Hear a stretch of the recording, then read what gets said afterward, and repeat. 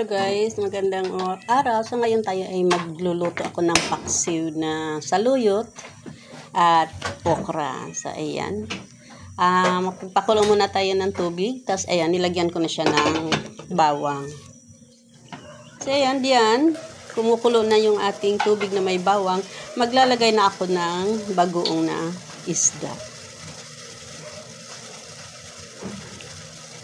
Yan na yung ating magsilbing pampaalat.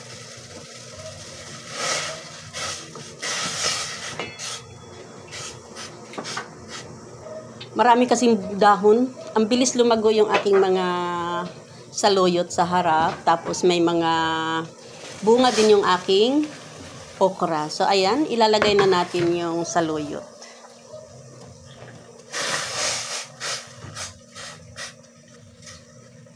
Tapos ilalagay ko na rin yung okra, guys. So ayan, libre lang.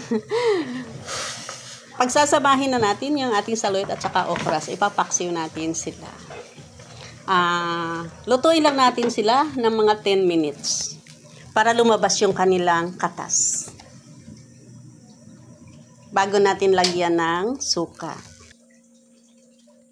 So ayan na guys. Alam nyo guys, bangong-bango ako at naaamoy ko na talaga yung bagoong na isda. So, dyan naman sa puntong yan, maglalagay tayo ng konting suka lang.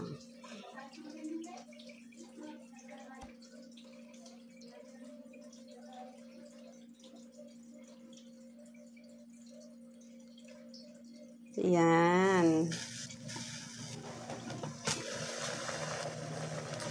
So, ayan na guys, ang ating paksiw na saluyot at okra. So, ayan. Thanks.